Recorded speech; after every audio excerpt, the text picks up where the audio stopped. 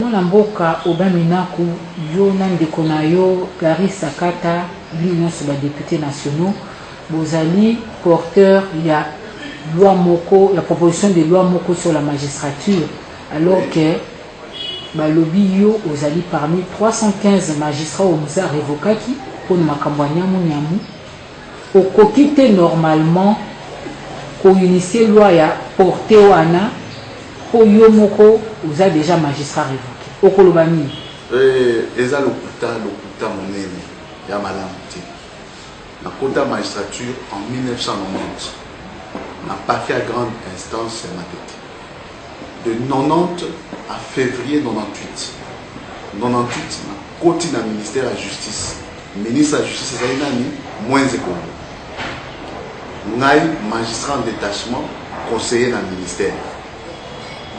Après 98, j'ai continué au coma député national en 2006.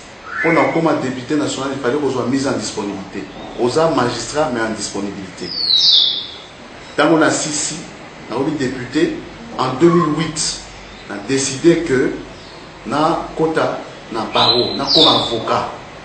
Et pour le coma avocat, on fait qu'on a la magistraté, même en détachement, même en disponibilité. Na démissionné dans la magistrature.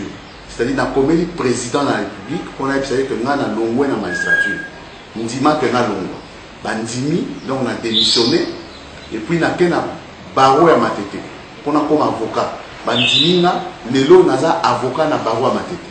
Donc on a comme avocat sur le longué là dans la magistrature. Donc c'est que les 315 magistrats révoqués, je crois, en 1998. Vers novembre en 1998 naza na liste wana te ba revokanga te eza lokuta et lokuta moi banal elote na sina répondre pe sur le net et tout lokuta n'était pas na nini ba témoin bazali Moïse Kombo lazali boke lotuna e so bolingi boke na ba archive ya conseil supérieur de la magistrature en secrétariat permanent otala on a que Minaku, Aubin, Njalandjoko, révoqué dans la magistrature, Yemoko a démissionné en 2008 pas comme avocat, puis Azali avocat. Donc c'est clair, tous en la politique, mais il y a la démocratie.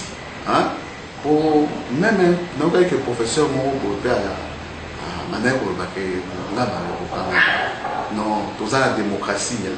Au qui continue, on a une salle dans le cadre de la famille politique. Qui continue à droit. Moi je respecte beaucoup cela. Même population, il faut dénoncer. Il faut corriger ma camp en fonction du peuple. Mais en même temps, il faut orienter en tant qu'élu, en tant qu'élite.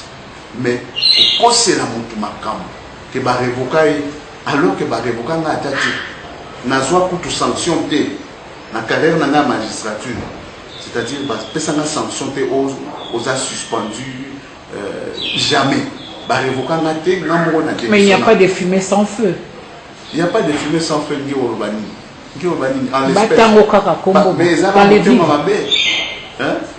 au coquille, qu'on ça la marche, au oui, qu'on ça la baslogan. Il y a la population, tout ça.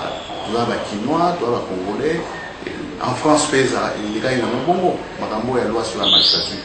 Mais yo intellectuel au tanga au vérifié au luki ordonnance de révocation au yorika soki wap ou bien au tangi sur le net sur la toile mutumo a monté à mabe alingaka oben mina côté jumora boepana ya komi oben mina ko été révoqué parmi les 315 magistrats mais yo pe bimi OK le ba la télévision non c'est un révoqué ba révoquer moi na batute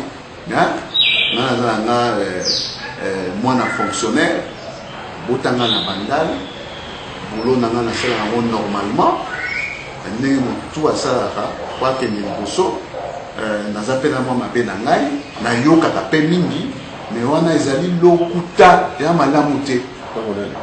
Ya lokuta monene. So ina wa pe ko yemba mwa muke na yana yemba kuto lokuta monene tout ça bon. Ya na lokuta monene. Merci beaucoup.